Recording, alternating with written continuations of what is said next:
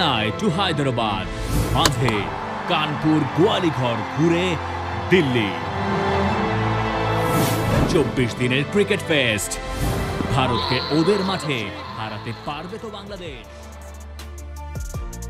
কানপুরে বাংলাদেশ ভারত দ্বিতীয় টেস্ট ও গোয়ালিয়রে টি-20 ম্যাচে ঝামেলা করার হুমকি দিয়েছিল অখিল ভারত হিন্দু মহাসভা নামের একটি ভারতীয় ধর্মীয় সংগঠন।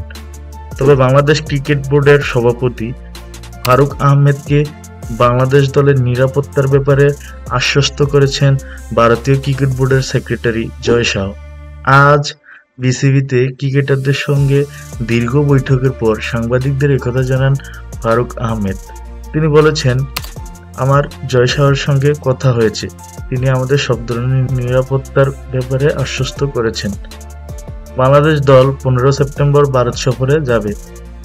2 ম্যাচের টেস্ট সিরিজ সহ 3টি টি-20 খেলবেন নাজমুলরা। 19 সেপ্টেম্বর চেন্নাইয়ে শুরু হবে সিরিজের প্রথম টেস্ট। কানপুরে দ্বিতীয় টেস্ট শুরু হবে 27 সেপ্টেম্বর। টি-20 সিরিজের প্রথমটি হবে 6 অক্টোবর।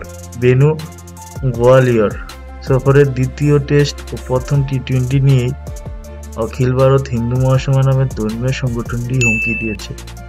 সংগঠনটির দাবি, শেখ হাসিনা সরকার পতনের পর বাংলাদেশে হিন্দুদের উপর নৃশংসতা চালানো হয়েছে। সেখানে হিন্দুদের উপর হওয়া অত্যাচারের প্রতিবাদ করতে বাংলাদেশ ভারতের মধ্যে 2টি ম্যাচ বাতিলের আহ্বান জানিয়েছেন তারা। গোয়ালিয়রে প্রথম টি-20 ম্যাচটি বাতিল না করলে পিচ কুপিয়ে নষ্ট করার হুমকি দিয়েছিলেন হিন্দু মহাসভার সহসভাপতি জাভিয়ের বরদ্দাজ।